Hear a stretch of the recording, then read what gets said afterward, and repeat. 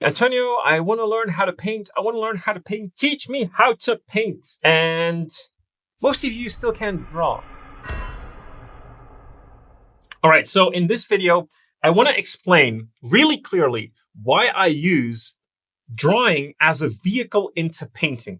Because a lot of the times I get the question from our students, teach me more about painting. Where's the painting roadmap, right? And we will have one, but there will be an intermediary road in between that for me will be far more beneficial to your painting understanding than actually painting. Now, the reason I say this is because when I was working professionally or when I see our students sort of dive or rush into painting, they come from it, they treat it as a completely separate element from drawing. And this is where I wanted to make this video and make you understand that it's one thing. And a lot of people don't seem to understand that, but I can literally draw a painting. So you can paint while drawing. And I'm gonna break that down into this video. So number one, the reason I think it's so important to just focus on drawing in the first place is because you start to understand form. You want to understand form. If you don't understand form, you're going to have a very hard time painting, because essentially painting is creating the illusion of form faster with shadow and light. So you need many more variables. You need color, value, the understanding of shadow and light, and the interplay of edges. And if you understand that, you can suggest volume much quicker than drawing, but you need a very good understanding of it in the first place. So when you start drawing, you start to create a sense of form in three-dimensional space on a 2D plane. That's essentially our entire beginner road, is understanding three-dimensional form and how to manipulate that form and understand that form on a two-dimensional plane, or create the illusion of it on a two-dimensional plane, right? So that's number one. You want to really understand form. Number two is you want to then understand how to indicate that form more believably. What I mean by that is we call this indicating form in our roads. Instead of shading, we're not going to shade the form. We're going to indicate the form. We're going to indicate more three-dimensionality on top of the form. How are we going to do that? Well, we're going to follow the contour lines that we understand of the form.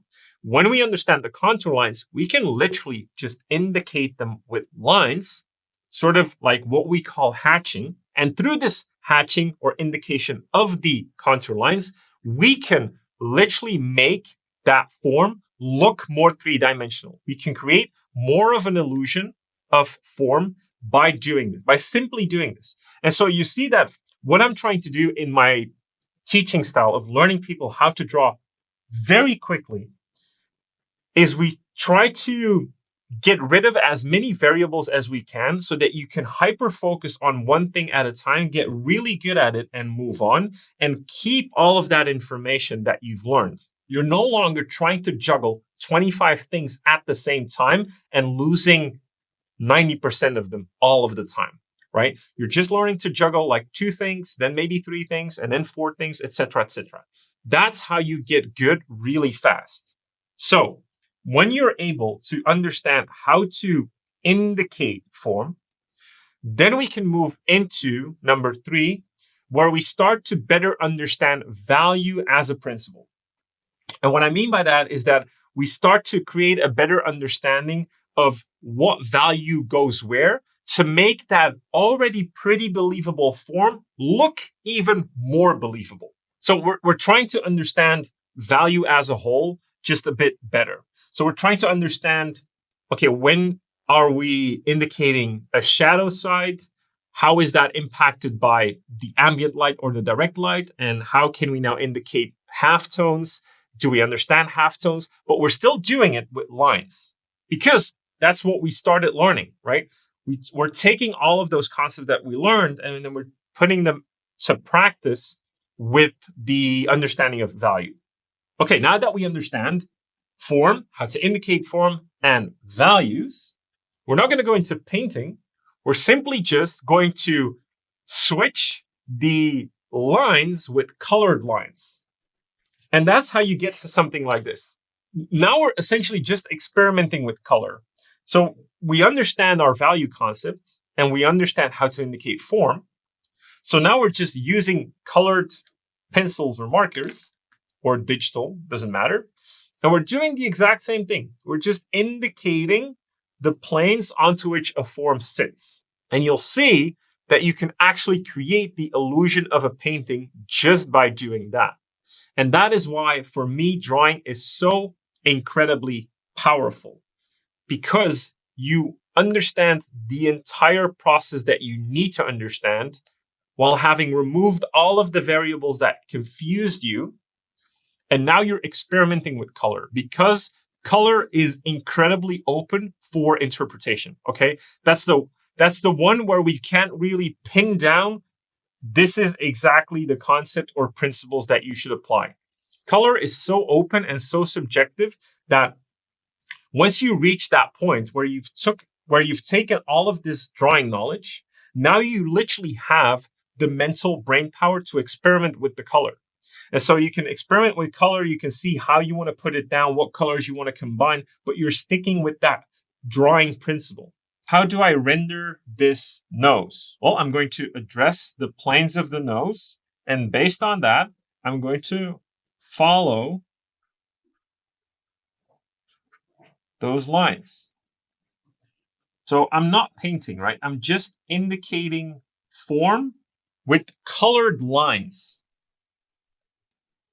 That's all I'm doing.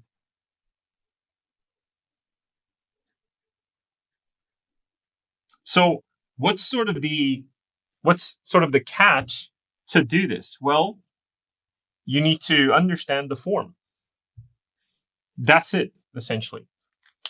That's the catch. That's what you need to know. The thing that's still important to understand, obviously, is that you need to sort of have an idea of what simplified form you're actually drawing on and how you're going to indicate that form. So every time I see you guys asking for, oh, teach me how to paint, Antonio, like the reason I'm always reluctant to sort of say like, yeah, let's get into painting. It's like there's so much you can do by just understanding drawing and not being hyper focused on painting. But I think it's more of the misconception of what is painting actually compared to drawing. And I would say there's not a lot of difference. Like you can regard painting as drawing with color. Now, if you regard it that way, it becomes very powerful, because when you then start using actual painting brushes or digital brushes, you're also more careful about how you put down your brushstrokes on paper, because you're going to think more about the plane changes and how you want to push and pull form.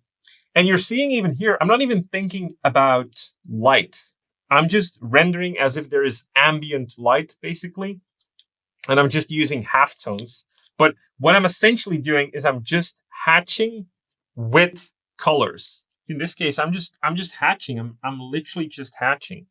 And then even for some of you that are a fan of, let's say, JC Leyendecker, I think like he pulled a lot of inspiration from inkers. Like when you see his shadow shapes, for instance, they were hatched, like what I'm doing here.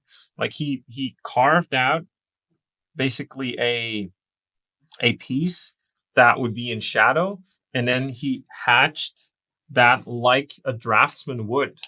And you can see that you can get some really nice results just by applying that method. And then to get a bit closer to painting, all you do is you create thicker lines, right? So the lines don't become actual lines, they become brush strokes, but we still treat them as lines. We're still indicating contours, we're still indicating planes on top of form that we understand in three-dimensional space, because then we can much better create the illusion of something that looks believable. And all this is, when you look at what I have here as a painting, is if we have two planes right? Let's say this nose, for instance, and I was indicating with color that specific contour line of the side of that plane. Well, in painting, I would do the exact same thing. I just wouldn't, one, draw these planes, and I would have just two values. So I would have that top plane that I create into a certain shape, and then the side plane that I create into a certain shape and value. But jumping from just lines to this without any understanding of the principle of how to indicate form and how to indicate value and how to be mindful of the forms onto which you're drawing, for me at least, was a mistake. For me, that was confusing. I was very confused between drawing and painting. And so for me, this was my bridge to put them together. And this is what I'm actually teaching in our roads. I'm prepping everyone to understand drawing really well, how to indicate form, so that later you can experiment with color. And then when you get into painting, all of this knowledge will serve you so well. You can forget half of it if you need to, if it doesn't serve you anymore, but at least you have it so that you can use it where you want to. So painting something doesn't become another skill anymore. It just becomes an extension of the skills you already have, which is drawing. So my entire point with this video is that you should focus on learning how to draw and indicate form, because that's hard enough to create the illusion of something believable before you venture or rush into the aspect of painting. If you can use the skills you learned in drawing, painting will become so much easier. Now, as a quick disclaimer to that, I know there's the alla prima painting and all of that, and that works fine. But that usually works better if you're actually drawing from life. If you're looking at something and you're just applying what you see onto the canvas. What I'm trying to advocate, especially with the way I teach drawing and painting, is to do things from imagination. And when you want to do things from imagination, you just need a really good understanding of how to deconstruct form to make that look believable without having the need to look at a lot of things or needing to rely on a lot of reference or things from real life. They can still supplement your art, absolutely. But in order to be able to do that better, I think this method really, really works. It has worked wonders for me. I've seen it work wonders for our students. So I'm hoping it will serve you well as well. With that said, you know where to start. Have fun.